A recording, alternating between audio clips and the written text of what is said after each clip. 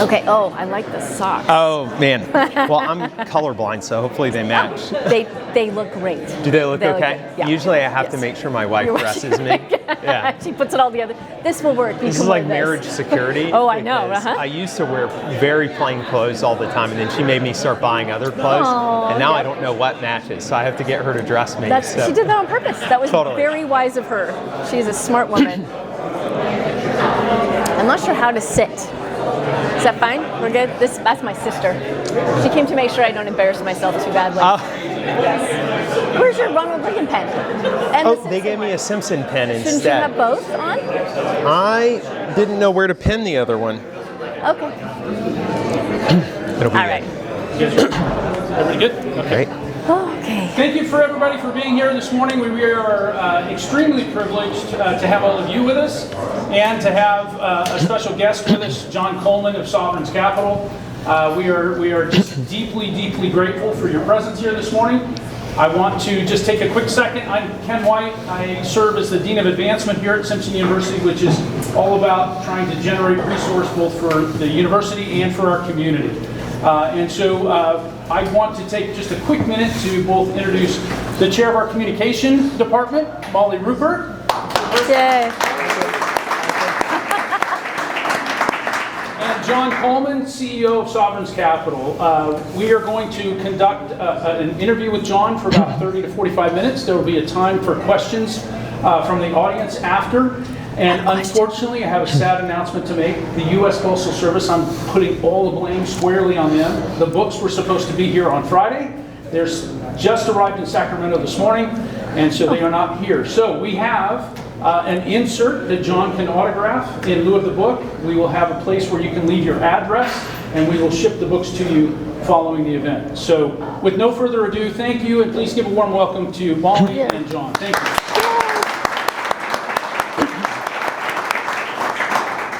Well, first off, can you all hear me okay? Yep. Yes? Okay, good morning and welcome. This is John's book. This is what it looks like.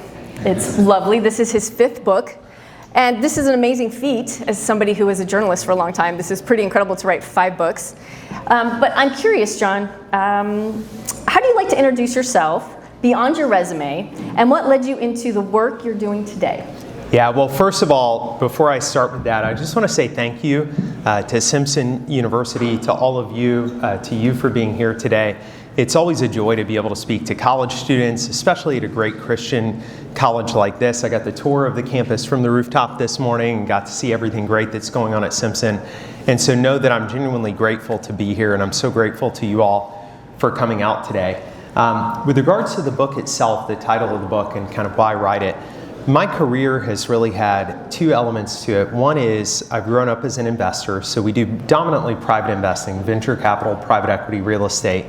So I've been around money a lot in the context of that. And then I've also had this silo of really wanting to focus on purpose and human flourishing, which has been most of my writing for the last 15 years for Harvard and others. And I began to notice that there weren't a lot of books out there that address the intersection of your finances, of money, and this topic of human flourishing. Either it was just practical tips on money without regard for what it was for, or you had books on purpose and flourishing, but they didn't really touch on the topic of money, which many people don't talk about. And so I thought there was a need to intersect those 2 topics and really be thoughtful about the ways in which money can be good money, not bad money, and contribute to the good life. And so it's really fun to bring those 2 streams of work that I've done for some time together in the context of this book. Excellent. Well, thank you. And you have 6 steps to build financial life with purpose. Yeah. Why did you feel this was a good time to release this book? And could you go a little bit into those 6 steps for us? Yeah, absolutely. Please. So if you look at the research right now, we live in one of the most prosperous societies in history, at one of the most prosperous moments in history. It doesn't feel like that all the time. Housing costs can be out of control. There are other problems. Yes. But if you look at now versus 200 years ago, this is one of the wealthiest times in human history. People are safer now, wealthier now, healthier now than they've ever been. And yet, if you look at the other statistics, we're not any happier, right? That hasn't resulted in human flourishing. In fact, a program that I'll talk about a bit more in a framework for human flourishing that we do a lot of work with, the Harvard program on human flourishing works with Gallup and Baylor on the largest study of this concept of flourishing, which is basically how to live a good life in the world. And last year they announced one of their initial findings as they surveyed over 200,000 people was there was actually an inverse relationship between the prosperity of a society and its composite measures of human flourishing.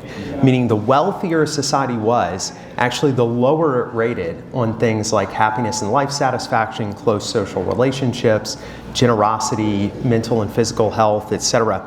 So there's been this breakdown in the ability of material prosperity to provide us with what actually matters, right? Purpose, meaning, relationships, community, service orientation, etc.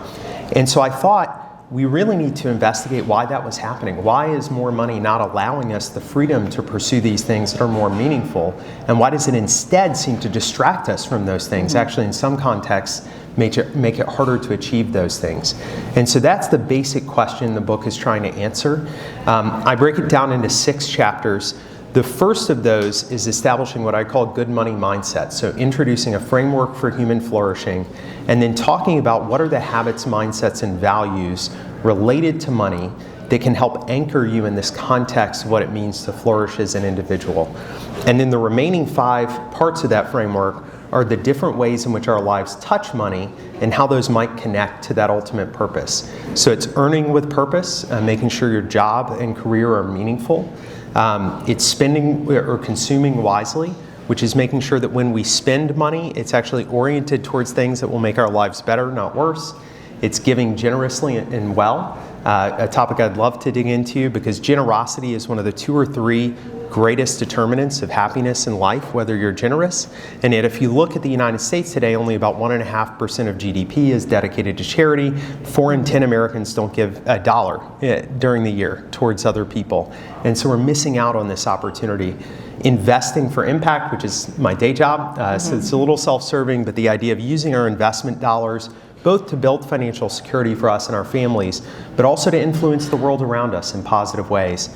And then saving for freedom, not retirement. I kind of believe retirement is not a good goal. There's actually a lot of evidence that retirement can be harmful to people if done improperly. And so how do we reconceive of what we're saving for to make it more constructive? And then I wrap up the whole thing with a chapter on money and kids, which might be relevant even to college students, which is, as a parent, one of the things you worry about a great deal is your kids becoming not just independent and stable themselves financially, but good people, right? You want them to be good people. And in particular, a lot of the wealthy families we work with find that their families are destroyed by their wealth, right? The kids go astray, et cetera.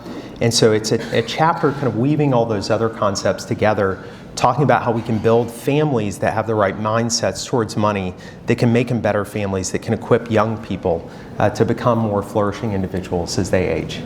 Okay. So I'm going to go off the rails a little bit. You told me I could. It was loud. I'm nervous that the chair of the comms department and a journalist is interviewing me. This is intimidating. Okay, so you said that the more money does not necessarily make you happier, and that we look at community, we look at doing something that you love to do. And so college students, you all here, tend to be very poor, but you're in community. You get to hang out with people that you know. You get purpose-driven days. You get to come into class and learn new things. Would you say that they're wealthier than most people, being in college and being able to act on what they want to do in life, and they're at the start of this process? That is such a great question. I've never had anyone phrase it quite that way. In a lot of ways, they are, right? Now, I will say, one of the most disturbing trends that I've seen in the data is that young people, despite the fact that they're physically around others, you'd think it would be a flourishing environment, in the United States in particular, are really struggling to flourish now. And I think social media has a lot to do with that. I think COVID was a big hit. There are a lot of ways to unpack that. But the stats on young people experiencing loneliness, experiencing rates of depression or anxiety, suicidal ideation, et cetera, are kind of rising across the board. So there's a troubling sign. I will say that college, particularly I think a college community like this, that's explicitly founded on a shared mission and values, you can be wealthier than you'll be at almost any point in life. I mean, you're digging into ideas that you care about.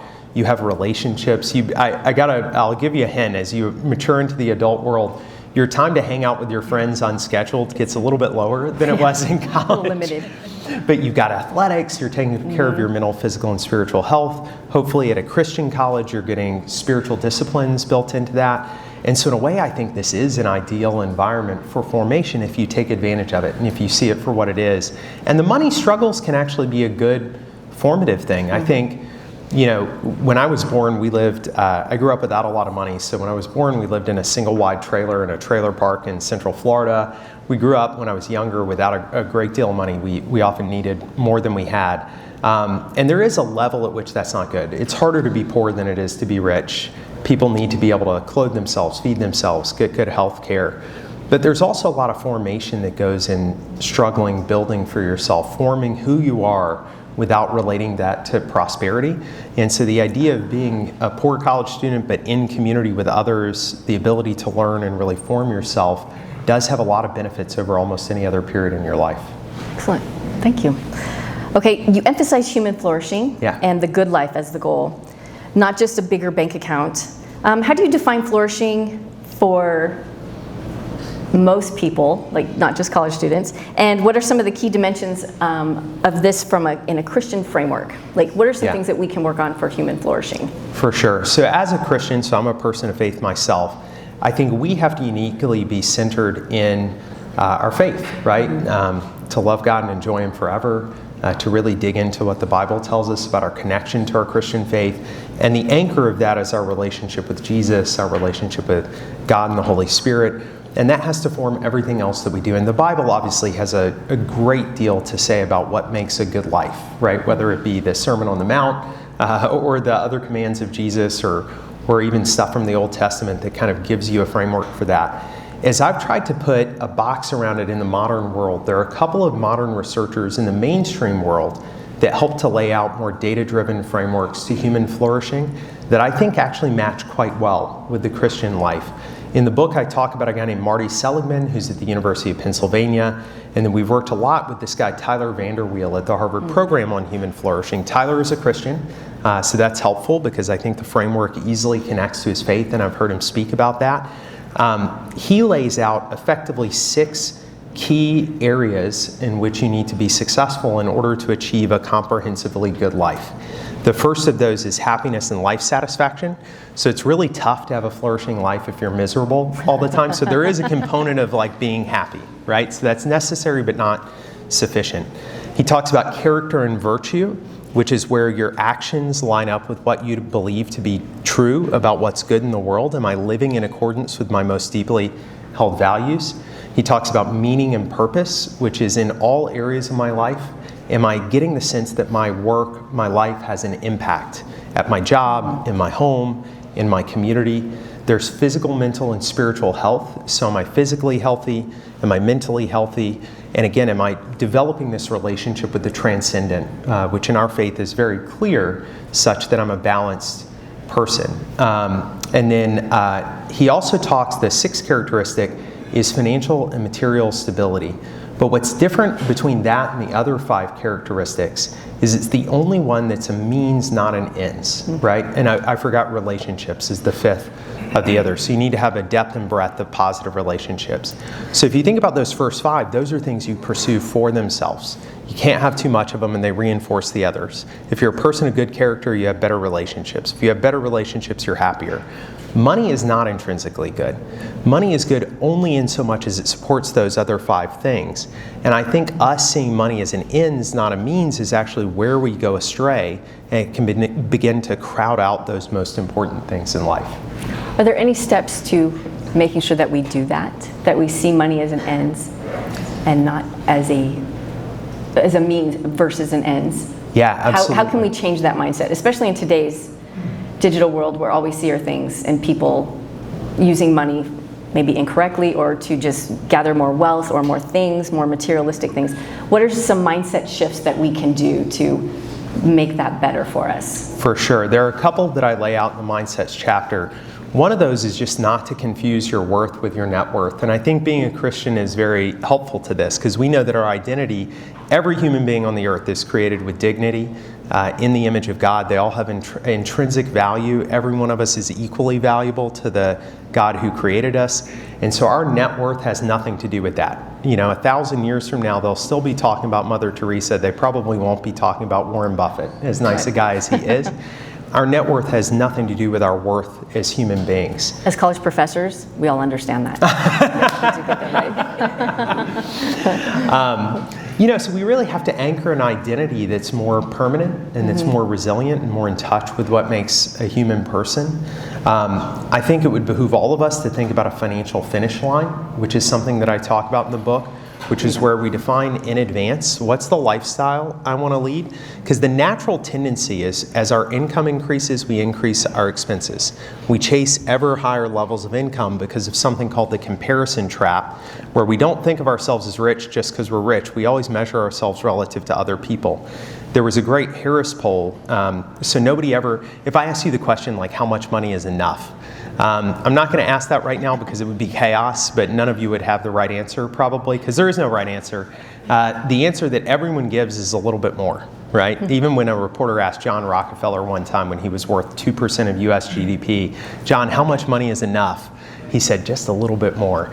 And there was a Harris poll of 2,000 people recently where they surveyed people at different median incomes and asked how much money, annual income, would be enough for you to be happy and fulfilled.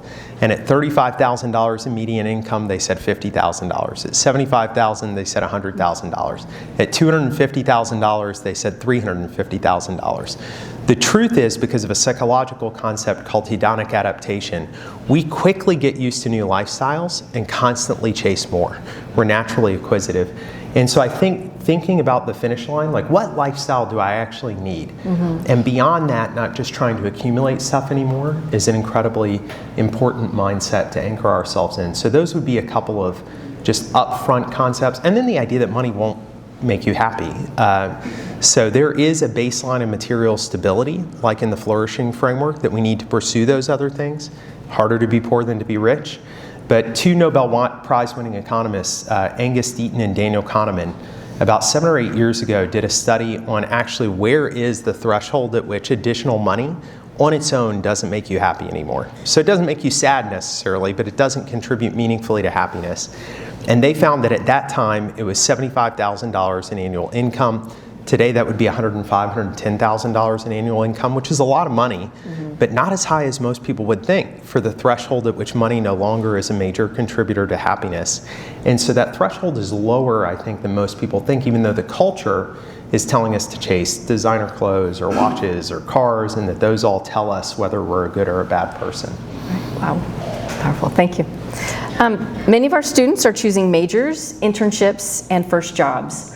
What guidance would you offer them as they try to align their vocation with both purpose and financial responsibilities? Yeah, gosh, this is a complicated question, and it's one that's unique to all of you. One of the first things I would tell you is don't be anxious, right? I remember being a college student, and my last book was called The HBR Guide to Crafting Your Purpose. And I outlined what I thought were 3 flaws in the way that we think about purpose. So a lot of young people are asking, like, what is my purpose? What is this one professional thing that will give my life meaning? And the truth is, I think that's a flawed question to ask. Because our life, first of all, purpose isn't a single thing, right? It's multiple things in our lives. In a successful life. Second, it changes over time. So your purpose in an early career might be different than a later career. I was talking to some folks about that this morning. And then you don't find your purpose, you really build it. So almost any job can be meaningful if you conscientiously shape it that way. And so the first thing I tell you is, it can be very stressful to think, I've got to make a decision for the rest of my life, and it needs to be deeply aligned with my calling as a person. And at 22 years old, that is like way too much anxiety to take on. The chance that you're doing the same thing 10 years from now that you're doing at 22 is pretty low. The chance that you're in the same job 20 years from now that you're at 22, if you are, that's awesome. That's fantastic. It wouldn't be typical of people. And the chance that there's only one perfect thing for you is pretty low. Actually, there could be a variety of paths that you could pursue that could give you meaning. And you'll get meaning not just from your job, but from other things. So drop the anxiety. And then as you head into the professional world, I would tell you, you have to make ends meet, so you want to be practical and make sure that you can provide financial stability for yourself, but take an attitude of purpose into that job right away. I think there is no success without significance. If you work a job just for the money, you're going to get exhausted much faster than you think. That was my first job. I learned that the hard way. And you can make almost any job meaningful. So if you come into that with the attitude that I'm there to treat work as a craft, to really build a job that can be meaningful for me, to serve others well in that job, to build relationships, you can find almost any job, even a lower level job, really meaningful as long as you take the attitude to making it that way. You talk in your book about positive mental, the power of positive thought. Could you expand on that a little bit, especially when we're getting that first job, our students are worried about graduation, and how the power of positive thought can really help them find that purpose, and no matter what job they're in or what internship they're Totally. crafting. Well, I'm going to give you a news flash. When you take an entry-level job out of college, it's not likely to be as awesome as you want it to be. You're going to get a lot of things that are not super fun. I still have a lot of parts of my job that are not super fun. I've got regulators. I deal with compliance a lot. Grading. Every job has things. When you're young, you're learning, you're apprenticing, right? And so there are parts of your job that you aren't going to find like intrinsically a lot of fun, right? But if you take a positive attitude to it, if you're optimistic about it, and if you treat it as an opportunity to learn, to develop, to refine who you are and how you do your work, then you can make even the smallest task meaningful. In the last book, I interviewed a bus driver named Curtis Jenkins out of Dallas. And bus driver is probably not what most of our graduates are thinking, like, this is the most meaningful job that I could take, right? It's a hard job. I don't know if you guys rode the bus growing up in school. Were all of you like super well behaved and conscientious towards your bus driver? I mean, it can be a tough job. But Curtis viewed his job not as a bus driver, but as a caretaker for the kids. He's one of the most important adults in their lives. And he said, I'm the first adult they see when they leave home and the last adult they see before they go home. And I don't know what school is like, I don't know what home is like, but I can make that hour on the bus one of the best parts of their day. And they did this interview with him, and he celebrated the kids. He gave them fake jobs. There was like a president and a secretary and a security guard. He would make them t-shirts if they wrote their first book. And the kids were like crying. They were talking about Curtis because he had just turned this hour he had with him on each end of the day into one of the most meaningful parts of their life. And we have an opportunity to do stuff like that. Sometimes it's a little bit harder. My first job, I built a lot of financial models. Excel wasn't quite as meaningful as like looking at kids who were crying and being really happy. But I knew I could make Excel models beautiful. I could make them functional. Like, I just wanted to develop the craft, and I wanted the clients to have something they could use. And if you take that mindset, you'll be better at your job, and you'll also be happier in your job because you're finding ways in which it's refining you and serving others and not just completing the task. Thank you. Okay.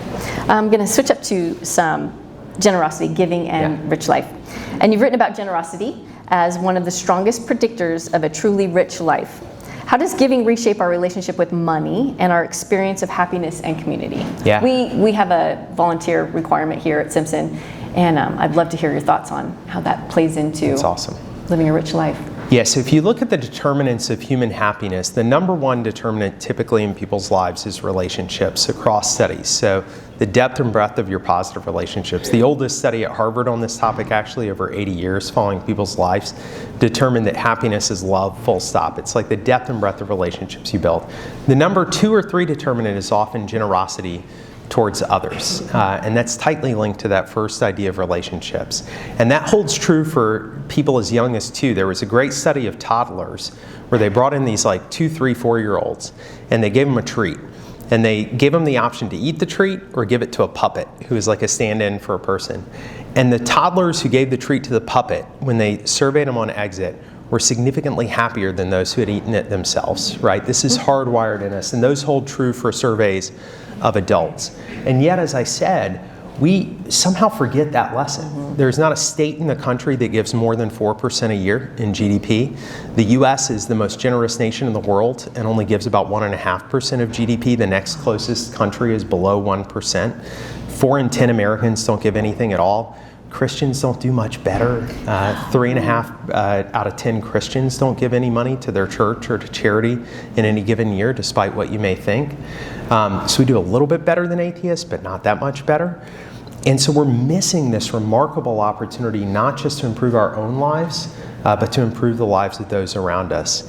And I think generosity is important for our relationship with money because it teaches us to hold it loosely, genuinely to treat it as a means, not an ends. One of the things I talk about in the book is percentage giving, which is obviously a concept like tithing in the Christian church, where you just take money off the front. You don't say, hey, do I have a little bit of money left over at the end of the year and I'll give it to whatever charities in the grocery checkout line.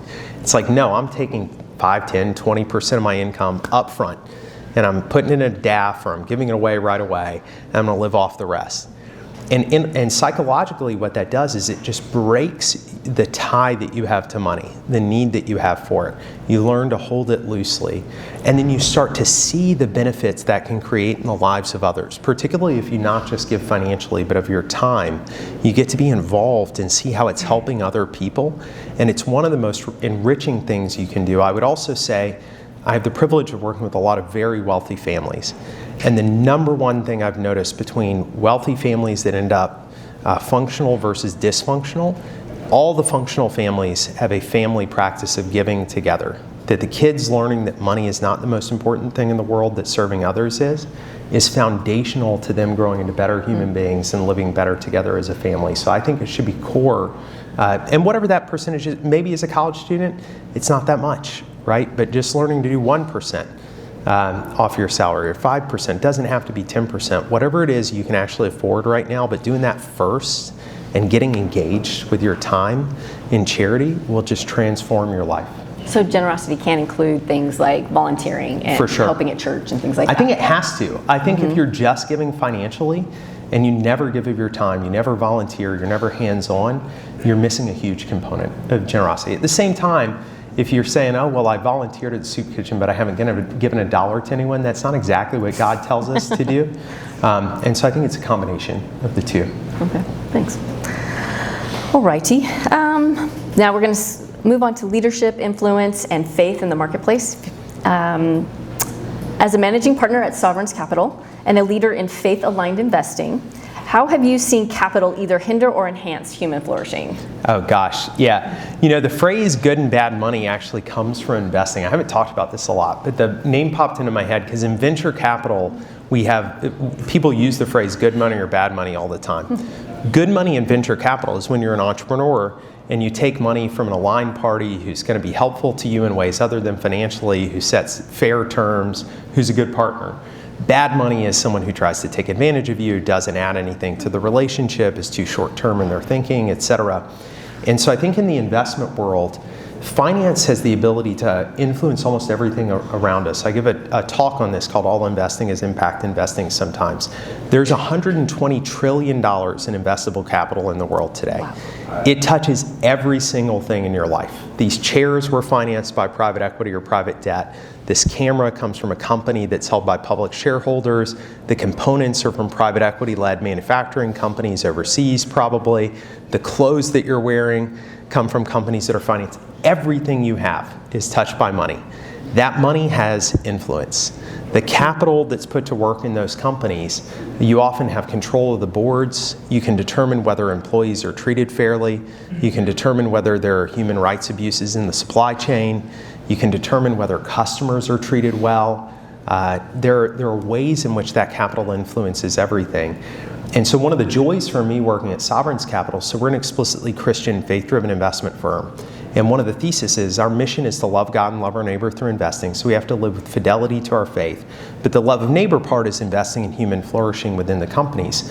And we found that through our capital, we have an influence with those leaders and founders so that we can then build practices into those companies that we feel lead to human flourishing. So our private equity companies all have chaplaincy, for example, to take care of the spiritual health of employees. We have employee benevolence funds, which are like the old church benevolence funds.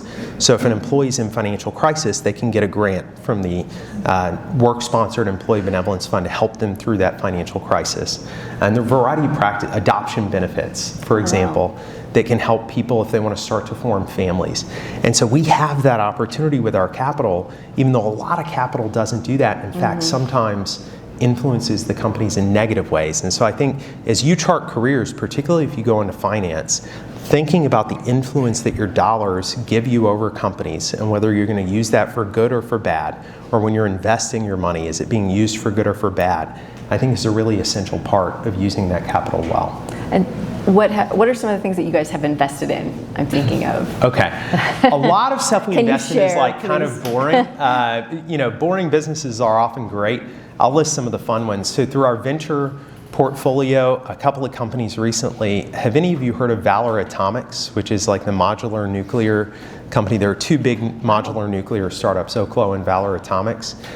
So they're revolutionizing modular nuclear reactors, which is where you've got small reactors you can put next to a data center or a town to power those. So we've invested. There's a great Christian leader of Valor Atomics named Isaiah, who's leading that company in a cool way. Rainmaker, which is cloud seeding, which may activate conspiracy theorists in the audience, but in China, for example, they've used cloud seeding to create enough new arable farmland to feed 40 million people.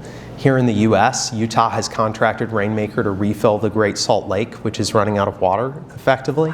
In California, it could actually help prevent all the devastating fires we've seen in Southern California if you seeded a little more aggressively to create more humidity. And then the fun ones everyone wants to talk about, we do a little bit in the entertainment world.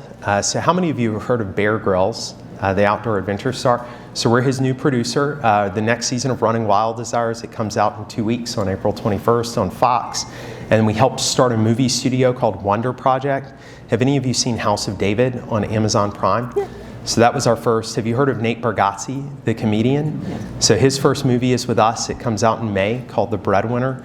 And then we have a movie called Young Washington coming out on Independence Day this year in celebration of the 250th. So again, capital is fun. Like the dirty secret of investing is everybody tries to be like very elitist about it, but it's like super fun. Like it's very fun because you're getting to look at all these cool companies. They're great leaders you get to partner with, and you get to bring really cool new things into the world in partnership with others. And you get to meet Bear Grylls.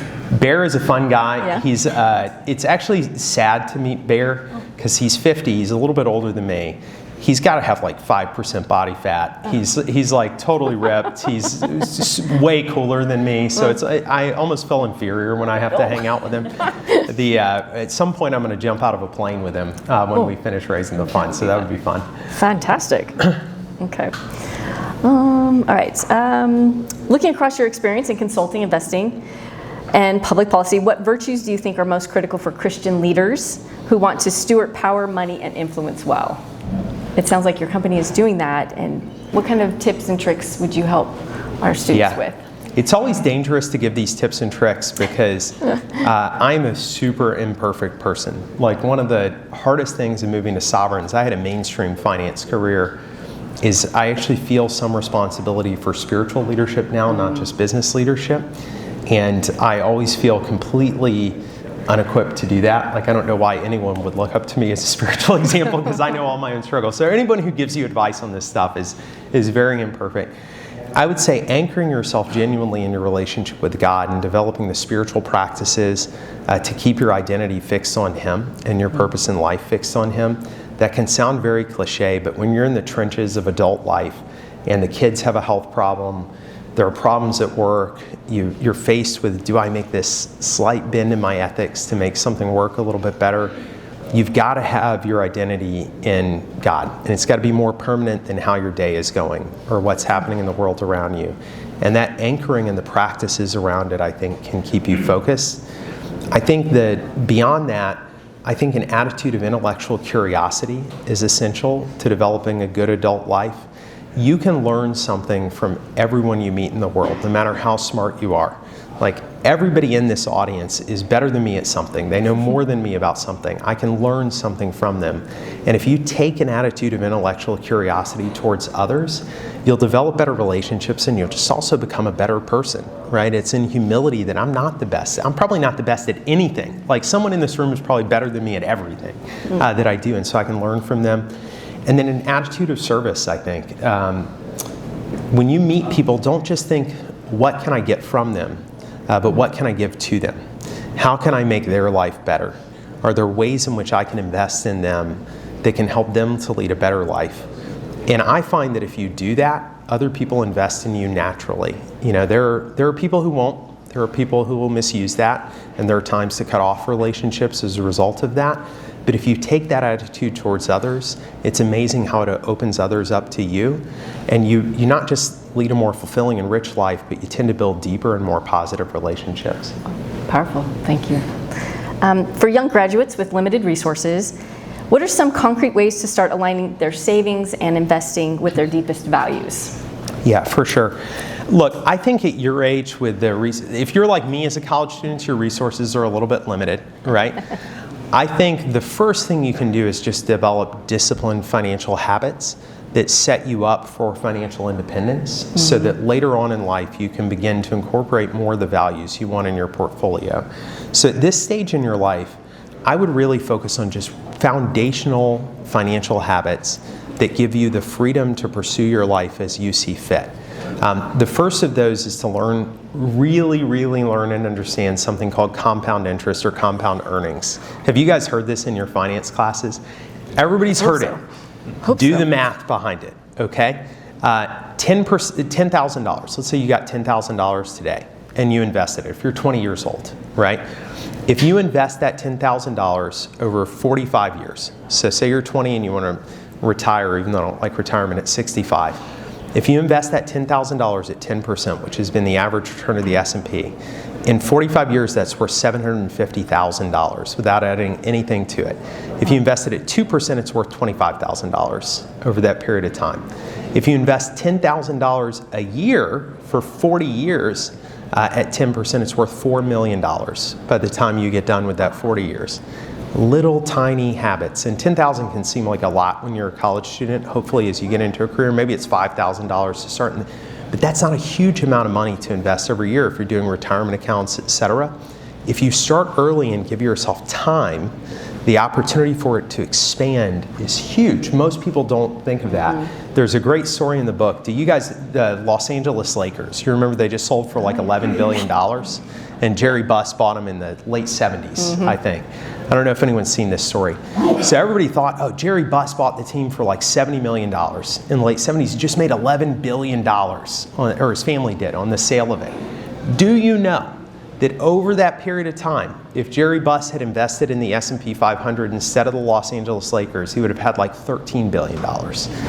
Like, the truth is, small habits, now you have more fun with the Lakers probably, so I'm not going to begrudge it to him, but like, people don't realize the small disciplined habits executed consistently over time can give you a freedom that most people don't think is possible, and I think that can start now. And then the second advice to young people is just be super careful about spending and debt.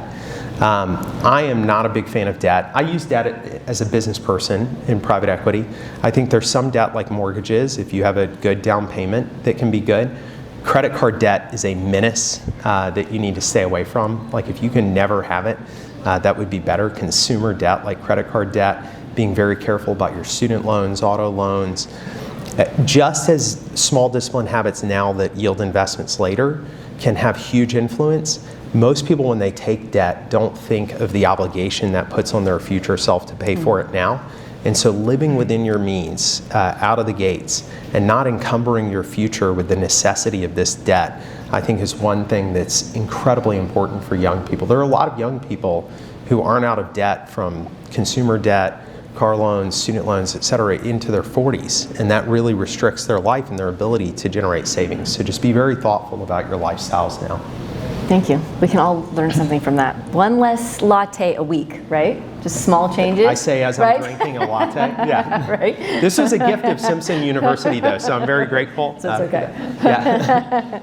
Okay, on a personal level, what daily or weekly practices help you stay grounded in your sense of purpose, rather than getting caught up in chasing achievement or accumulation? Man, it is a constant battle. I think I'm uniquely vulnerable because I work in finance. And when you work in investments, you are often putting to work amounts of money that dwarf what you have personally. Like, we're investing billions of dollars. I do not have personally billions of dollars.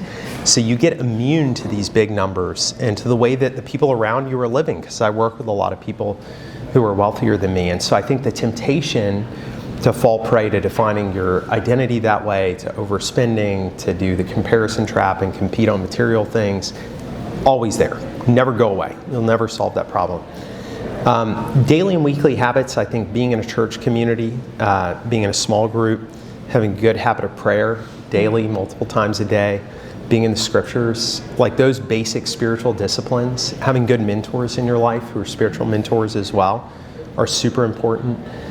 Having time with people you care about who don't care about your professional career. So for me, that's mostly family. I've got 4 little kids. My time for friends is a little more limited than it was in college. There are trade-offs you make as a parent. But for me, getting daily time with the family when I'm not on the road, putting my phone down, being fully present with people who love me, for nothing to do with my professional career, is anchoring, and I think that's important. Finding time to like pray and get to know others. Like, one of the great things about working in a faith-driven investment firm, when we meet with our boards for our companies, when we meet with our entrepreneurs, we start every meeting with prayer or end it with prayer.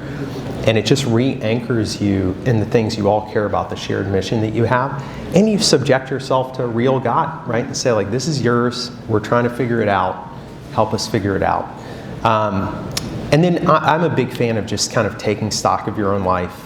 Whether you journal, whether you set goals that you check in on, just being reflective about your own life and trying to take stock of that rather than just stumbling through life, I think periodically can be quite helpful. Okay, all right, thank you. All right, I have one more question. If you could leave our students with one sentence of counsel about money, calling, and walking faithfully with Christ in their financial lives, what would you say? Yeah. I would anchor on something I said earlier, which is there is no success without significance. Like, I don't know if the older people in the room may be familiar with something called Halftime, which was actually a great creation of a wonderful man named Bob Buford. But in the popular culture now, there's this success and significance dichotomy where people have misinterpreted what Bob originally wrote, which is to say, I'm just going to make a boatload of money now. I'm going to get all the things I want. And then at some point later, when I have a boatload of money, I'm going to try and do good for the world. Like, maybe in my 50s or 60s, I'm going to start to donate. I'm going to join some boards. I'm going to do good with my life. That is such a waste of time. Like, use every moment of your life in a way that's redemptive, right? Mm-hmm. You are not successful if you're just rich. Like, that is not a thing. I know miserable people who are living bad lives who are extraordinarily wealthy. I know billionaires who are more anxious about how much they have than you could possibly fathom. Like, I knew a guy, if you walked into a restaurant in New York, he was on the Forbes 500. He knew everybody ahead of him in the restaurant on the Forbes 500 because he thought about it all the time, right? And he was just miserable as a result. Significance is what we're talking about. It's human flourishing. And you have the opportunity as a college student to anchor your whole life in that. And you may take a job out of necessity. You may have to work a job for the money. But even if you have to work a job for the money, you can find ways to make it meaningful. You can build a community at your church or in your community.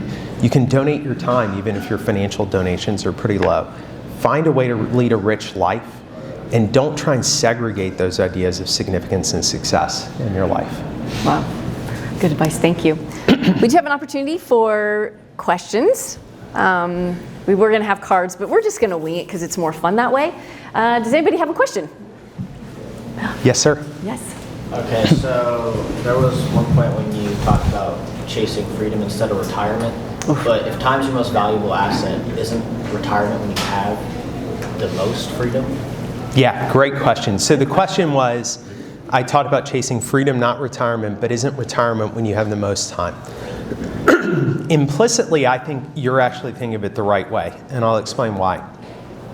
When I say don't chase retirement, it's this kind of prototypical American conception of retirement, which is I work really hard for a long time, and then at some point, 55, 60, 65, I withdraw from the world and live a life of leisure. I hit the golf course, I do stuff for myself.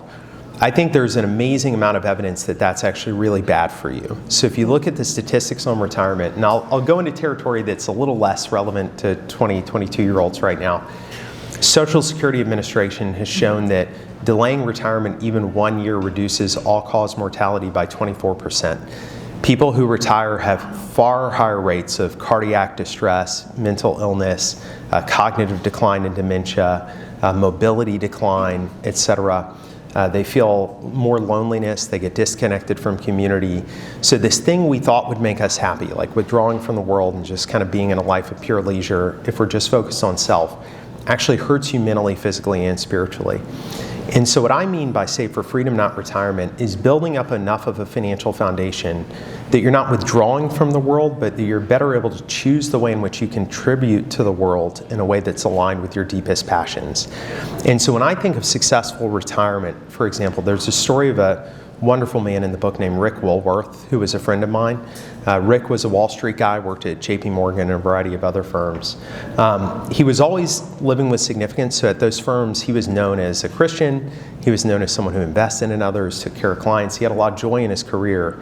At some point he decided, I'm done with Wall Street, the pace is too much, this is not how I want to spend the rest of my life.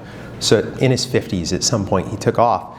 Instead of just playing, he did play golf, so he played a little bit of golf, but he founded a mentorship organization called Telemachus, and he and his wife launched a mentorship practice for young couples that were trying to navigate the stresses of high-intensity fields. So they would travel the country giving advice on marriage and career. They organized this nonprofit, Telemachus, to bring people in for mentorship. They connected older couples with younger couples. So he was able, because of his financial security, to transition from one era of his life where he was working on Wall Street into another where he was a coach, a counselor, a mentor. But he didn't retire. He was always quite busy during that time. He and his wife Jill were. And so they were using their talents in a different way than he had done for the bulk of his career. But he was just redirecting them to an area of high impact. And he was free to do so because he was free of financial constraints, right? He didn't have to worry about how much money can I make from this. He did it basically all on a volunteer basis. They actually invested a lot in a nonprofit. So, but he could only do it that way because he had the financial freedom to do it. And that's what I mean by saving for freedom, not retirement. When people are unhappy in jobs, it's typically because they lack agency and autonomy, which means I feel like I'm showing up to a job, it doesn't have an impact, I have no control over the outcomes, I just get told what to do. When you have financial freedom, you have more ability to, in any job, make sure that you are feeling that agency and autonomy to choose more. Maybe you create a business, maybe you do something you feel is more impactful. You have the ability to leave a job and do something more impactful because you don't feel the financial constraints quite as much. And so that's what I encourage people to save for, rather than this, I'm just going to work really hard and then withdraw from the world one day, which I think can actually be destructive to them, if that makes sense. Not the end of the story, the next chapter. It's the next chapter. That's nice. exactly, that's a better way than I put it. We should bring you up, actually, if you want to sit here. Wonderful. Right. Yeah, you mentioned that giving in terms of generosity results in happiness. And I was just curious if you're aware of your research. You mentioned Coleman's study with the diminishing returns after making $75,000 annually in terms of its impact on happiness. Is there a diminishing return point with giving? In other words, is it a linear relationship where the more you give, the more happy you'll be, or is there a point where it's like, I've given this much, and after that, it doesn't really have an impact on your well-being? That is a great question. It makes me want to go do some research. I haven't run into any research where there is a diminishing marginal return to giving. And in fact, there typically is a very strong relationship between the amount of giving you do, whether it's service to others or financial giving, and happiness. Like the more you do, the better it is. I haven't seen anything that shows it diminishing. And anecdotally, what I can tell you is most of the happiest and most fulfilled people I know. So I'm very privileged in this faith-driven investing community to work with some people who are far more generous than me. Like 2 of my partners basically set a financial finish line. One of them achieved it in 3 years of his career, I think, and then dedicated everything else he's doing to his foundations, his charitable work. So he still runs businesses, but every dollar of profit, he actually transferred the shares of the businesses into a nonprofit, and every dollar of profit goes to those nonprofit enterprises. I have another partner who's basically done the same at a slightly different threshold.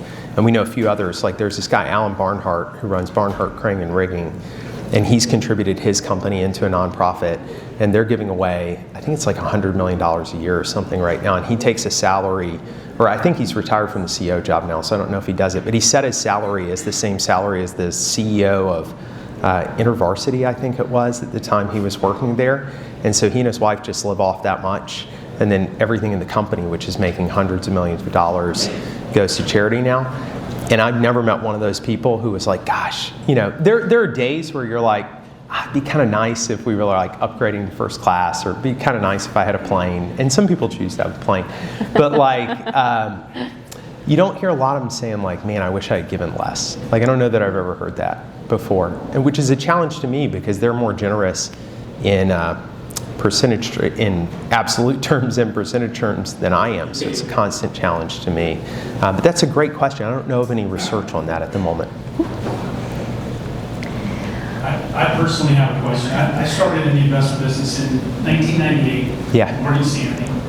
Executive vice president walks in the room and they're getting the chance for Q&A. And I said, I just got married a couple months earlier. I said, do you have any advice on marriage and how to balance family with this new career? And he looked around the room and he said, kiss your wife goodbye and tell her you won't see her for 3 years.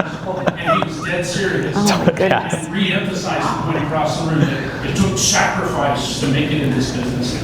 And then Wow. bragged about the high divorce rate. And so any advice to our young students here on how to balance family with career?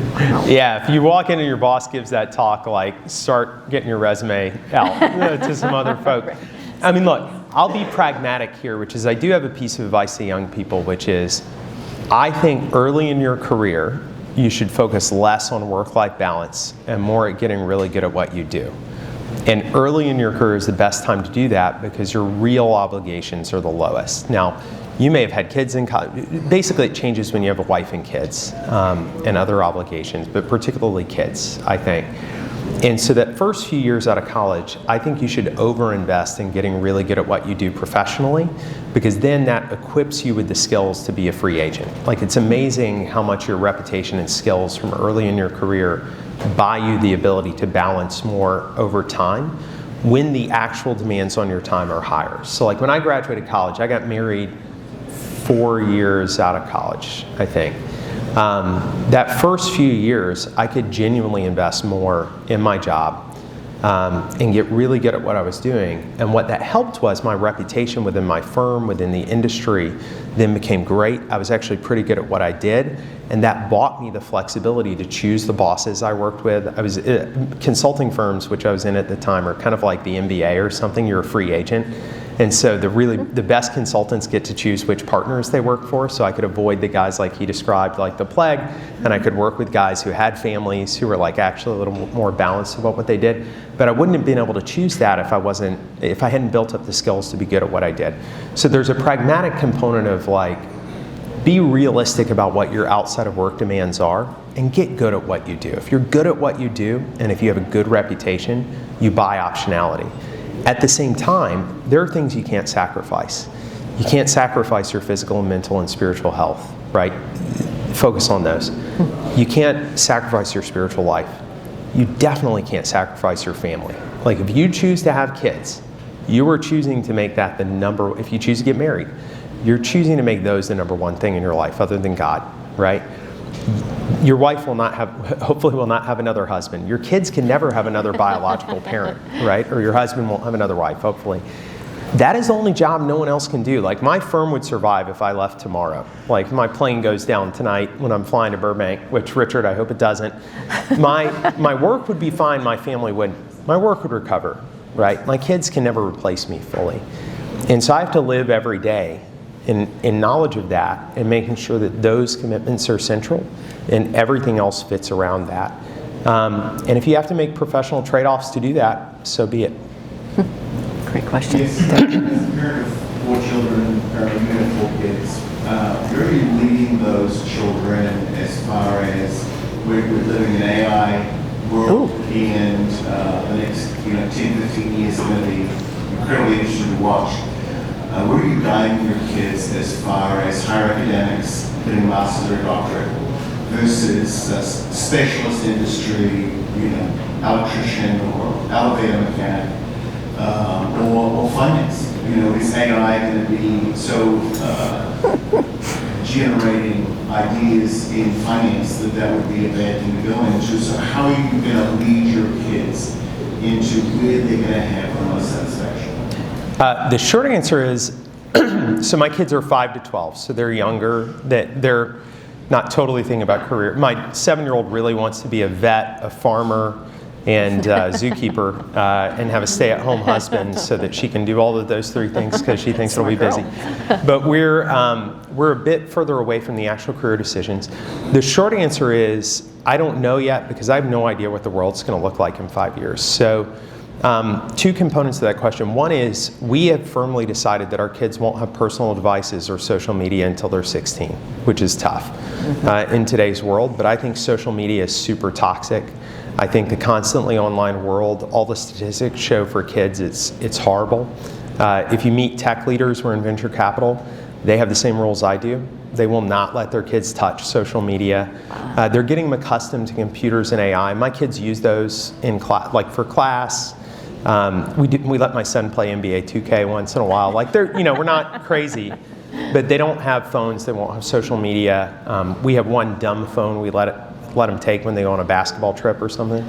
And so we're trying to keep them out of the interactive world as long as possible so that they can develop foundational who they are before they get introduced to social media, which is pretty toxic for people. AI is, so this will sound like a radical statement. I think we're living through the greatest technological disruption in human history, far greater than the Industrial Revolution. I think of it, I've started calling it the reality revolution, because it's not just reshaping the tools humans have. It has the power to reshape who humans are and how we perceive the world around us. We're creating intelligence that might be greater than human intelligence. Biotechnology means we can fundamentally reshape actual human beings. I think the combination of robotics, AI, and biotechnology working in tandem is going to be the biggest fundamental shift over the most rapid period of time in the history of humanity. If you're a betting person, every technological innovation in human history has been painful and disruptive at first and ended up better for people, other than social media. And maybe, atomic energy has had good and bad parts. I don't know where this one goes, but hopefully it's the optimistic case. Anybody who tells you they know what 5 years will look like in any field is misleading you. We know it's going to be different. We know it's going to be radically disrupted. We don't know what it's going to do. We don't know where the technology is going to progress. I think every job is potentially threatened by it, because once AI intersects with robotics and you can build actual functional people that do things differently that are not people, HVAC repairmen are someday going to be threatened by that as well. At the same time, right now, it can also be an opportunity. Like, we've embraced artificial intelligence in our firm, and we basically mandated that everyone in our firm, we've adopted Gemini and Claude. Claude is the best of the financial AI tools. Everybody has an enterprise license, and we're mandating that every single person in the firm develop their own unique plan for how to innovate with Claude in the business as rapidly as possible, so that we can figure out how to make it an enhancement to what we do rather than getting replaced by it. And we're seeing huge fruit from that. Like, one of the good outcomes in the short term is a lot of stuff people hate to do, Claude can do. Writing reports, doing initial research, like building PowerPoint presentations. That's much easier now. Like, there are tools that can do that. And my younger people can now go meet with teams. They can negotiate. They can fly out and see clients. They can fly out and see companies. They can spend more time thinking about stuff and less time doing busy work. And so I think there are near-term great opportunities for people. But the biggest thing you can do is become a capable, smart, hardworking person with a good general education who has a forward-thinking way of embracing new technologies, and then just adapt with wherever that goes in the world. Because no field is safe, but the chance that every field gets better is also high if you lean into that. And so over-planning, I think, is hard. taking a mindset of embracing the technologies and figure out how to work constructively with them is probably the best path. I don't know if that's depressing or exciting, but It's related to good money, but it's also related to the question earlier about diminishing returns on partial returns on giving. So you mentioned earlier there was some people that you know give a considerable amount of money, put it in trust and other things. Do you go into that in terms of taxation? Because if you're giving to charitable or have nonprofits, then you're going to be directing those funds yourself rather than giving it to the government for them to distribute for you. So it seems like the more you make, the more advantage you have of doing this, exchanging it for nonprofits and ways of directing those funds rather than giving it to the government. yeah, there are huge tax advantages to giving. So if you're a person who generally thinks like civil society is better at creating positive change than government, the best way to limit government is to encourage civil society, in my view. Like the more useless we can make government because Christians are providing so much valuable service to others, the more demand there will be for government to take over more. And one of the things I worry about is the decline in civil society and institutions that used to take care of people and now don't as much. And I think the church has traditionally led on that. I think we're able to lead on that. Our government gives us huge tax incentives to do that. So I think everybody, including the youngest people here, should have a donor advised fund. This is like the best tool for philanthropic giving in the world, because even if you don't know exactly where you're going to put the money, you just contribute to a donor advised fund. You get the tax benefits of it now. You can be a percentage giver. So like my income has an auto withdrawal to my donor advised fund every month. When I have unexpected income, I put some of that in a donor advised fund. And then you can accumulate it there and direct it properly. Now you should still be giving it away. Some people just like hoard money in their donor advised fund. I'm not a big fan of that. Like it's meant to be used for charitable purposes. But I think it's awesome. I mean, the government gives us the ability to like not pay taxes on stuff we want to do good for in the world. And so thinking about how to structure that, and it's one of the reasons people just give their companies into these donor advised funds or trusts, is then all of that money is protected from taxation, and every dollar of profit that they make can go towards, like one of the partners I mentioned, his two big ministries. He builds public charter schools for disadvantaged kids, so 90% plus free and reduced lunch school districts, and churches and hope centers in Latin America and in other parts of the world. And so every dollar the company makes builds charter schools, builds churches. And it's awesome. Even the employees of the companies are fired up about that, because instead of seeing their boss on a yacht, they're like, oh, we just built a new public charter school in our city, and I get to go tour it, and I get to see the 600 kids who are coming from poor families who now have a better place to go to school. And so for the company, it's kind of really motivating for the people in it, because they wake up every day thinking like, I contributed to that. Like I built a church last week, and I built a charter school last week. I don't know if that answers your question specifically, but yeah. So we have time for a few more questions. We might keep you a little bit long because we just learned the closer and route. We'll be here in about 10 to 15 minutes. Oh, wow. Okay. So if you're okay with a couple more, we'll just keep going. I was wondering about transition and finding synergies with these companies that you're acquiring.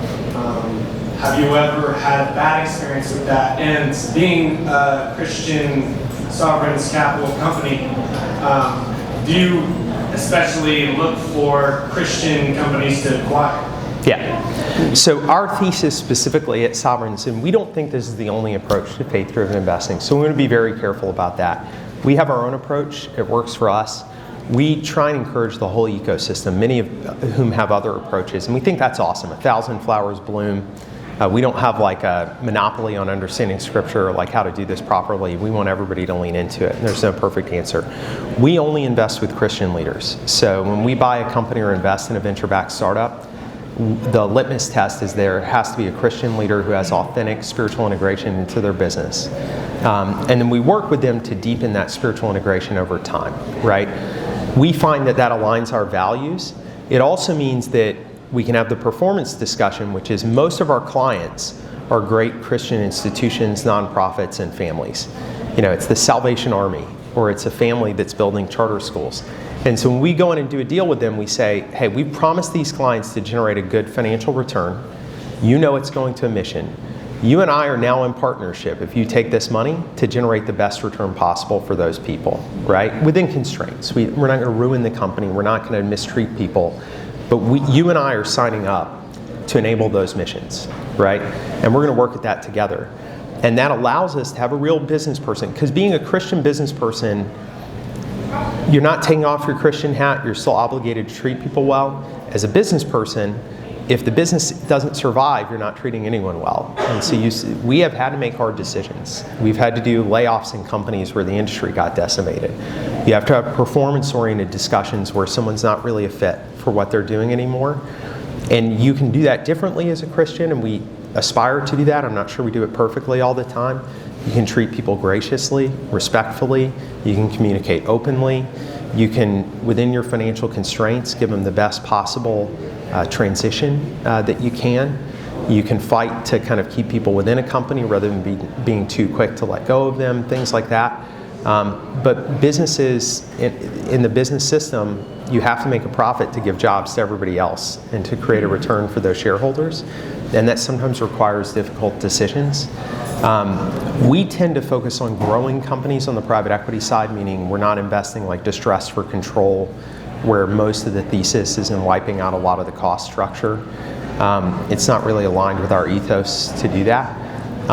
And so we're really investing primarily in businesses that we think we can help grow and flourish to a larger scale. But sometimes that doesn't go right, and you have to figure out how to right-size a business to shift its focus, to recreate it. On the venture side, a huge component of the venture capital startups that we invest in don't make it, which is part of the venture capital industry. And you got to counsel the founder through that when it's not working and say, like, actually, I think it's time to call the ball. I don't think this worked. And help them. That can be a huge spiritual and personal struggle for a person. So it's hard. It's really hard. And being a Christian doesn't relieve you of the hard things. But I think it can inform how you do those in a way that would be different than the guy who told you that they're proud of their divorce statistics or whatever. Like, hopefully you can do it in a different way. So I have two questions. The first one is that do you fundraise only with Christian investor, or do you help only Christian entrepreneurs, or if there is someone who has a good idea, you are going to make a project, a Christian project?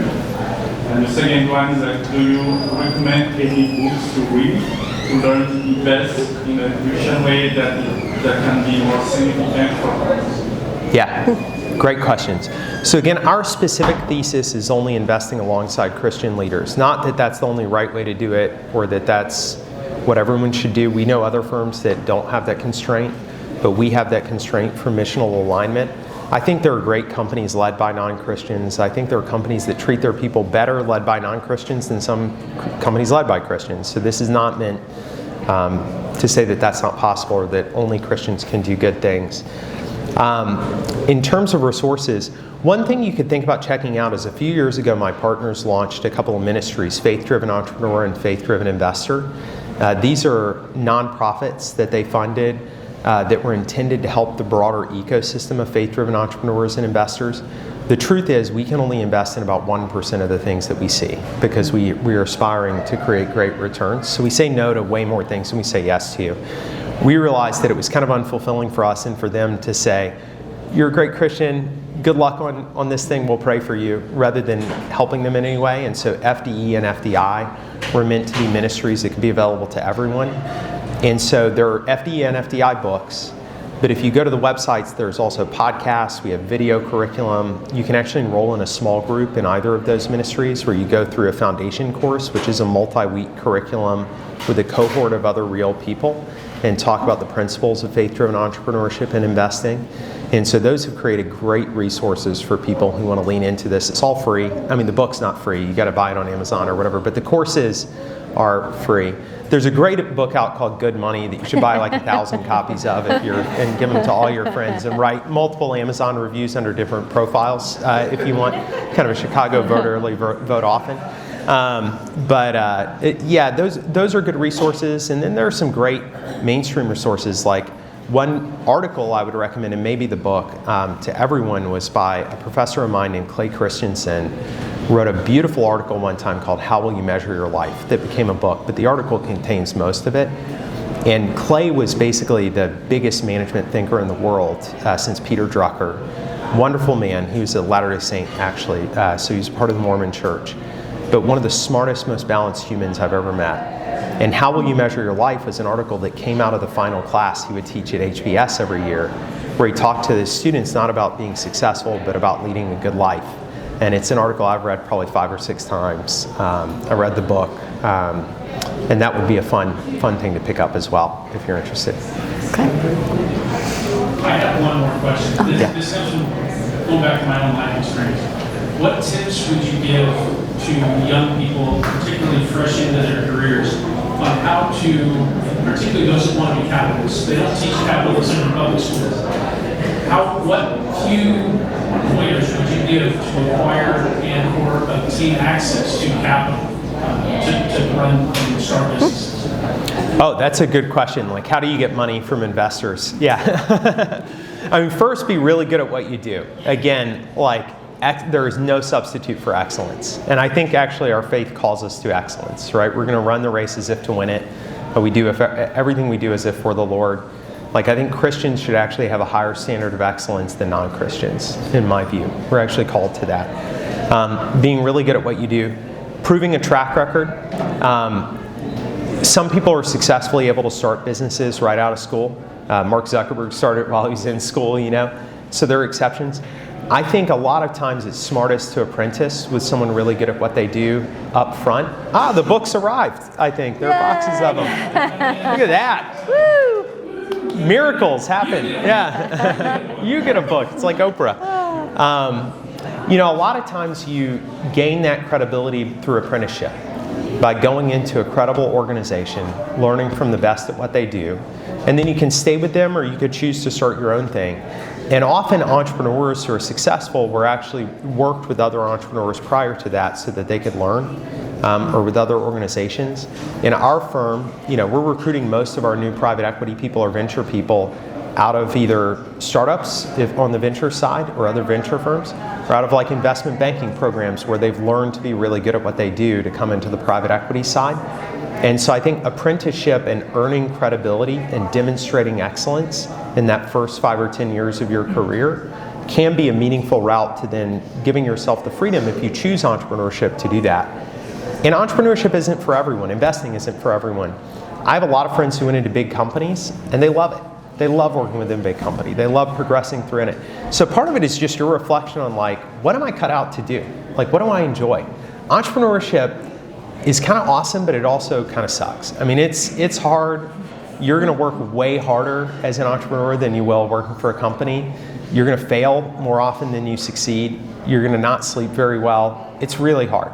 And if you're on a mission and you have a driving vision, it can be worth it. If you're not, it might be better to work within a company. Investing, it's super awesome and fun if you like it.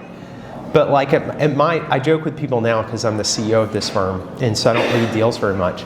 Almost nothing gets to me unless it's hard or broken or totally messed up. Like anything fun and easy someone else can handle, and it's like I get the call if something's like really bad and someone needs help. So that can be fun because it offers a lot of challenge, but you've got to have a personality that's suited to that, where that doesn't bother you.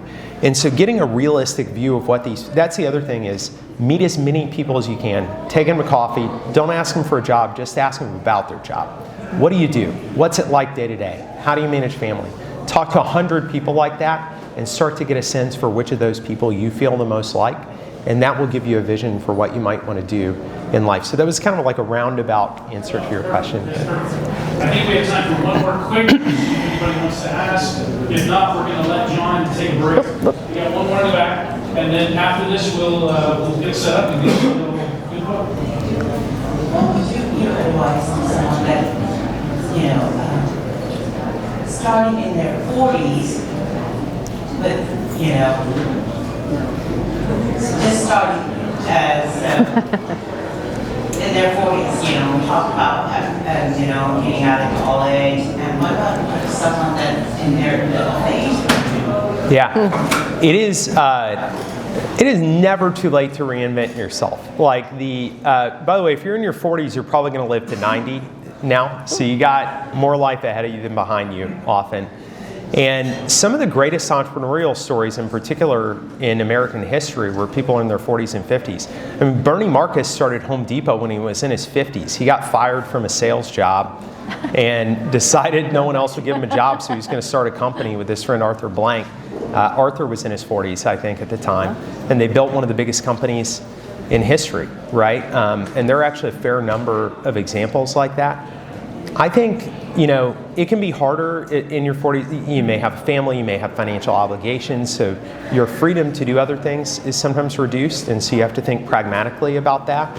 But I also think in today's world, the challenge and benefit of how disruptive things are and how disruptive technology is and how fast things move, it's a challenge because it's very unstable. It's not like the old world where you took a job for 60 years and you got a pension at the end. The benefit is it's easier to start and leave something now than ever before. And there are more educational tools available.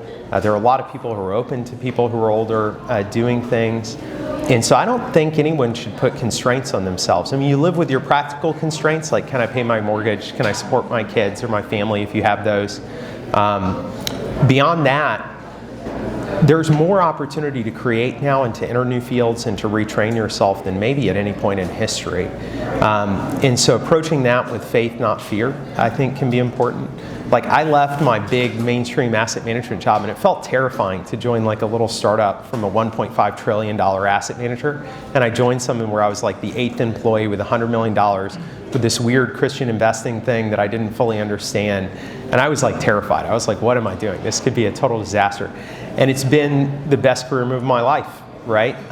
Even though it involves some risk from a fulfillment perspective and even from a professional perspective. And my wife always hit me with faith, not fear. Like, don't be fearful. Don't think only about the risk. Be faithful. Do what you think is right. We'll work together to make it work. And so even reinventing myself to some extent at around 40 has been awesome for me. We just want to take a moment to say thank you so much for being here. It was a pleasure, and we're very grateful that you're here. Thank you. Thank you so much. Thank you for bringing Really your... appreciate it. I really appreciate it. So, all right. We're going to give him a few minutes break, but we have our books, yay! So So we'll let John take it.